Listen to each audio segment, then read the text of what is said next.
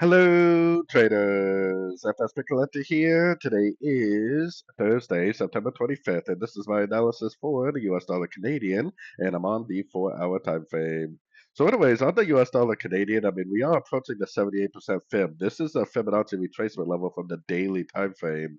So, this could be a pretty big area. Obviously, in the past, it was a pretty big area. So, if it turns out to be a big area now in the future, that I would expect to see like a double top type situation here, like this, like a 3-4-5 shape, the 3-4-5 shape that you see at the end of pretty much every trend if you're on the right time frame. Then I would expect it to go down. I would expect to see a break of structure. That right there is what's going to tell me this uptrend is over. Anything except for that, even if it does go down, does it tell me that the trend is over? A break of structure to the downside at a Fibonacci level is what tells me the trend is over. So going down to the 1 hour time frame, I definitely would be bullish. This could be continuing up already from there. That could be the end of a little pullback right there. If it's not the end of a little pullback and it does decide to push down again, then I would still be bullish because, worst case, it's probably just a wave four within an uptrend, or it's just a subdivision of a much larger uptrend.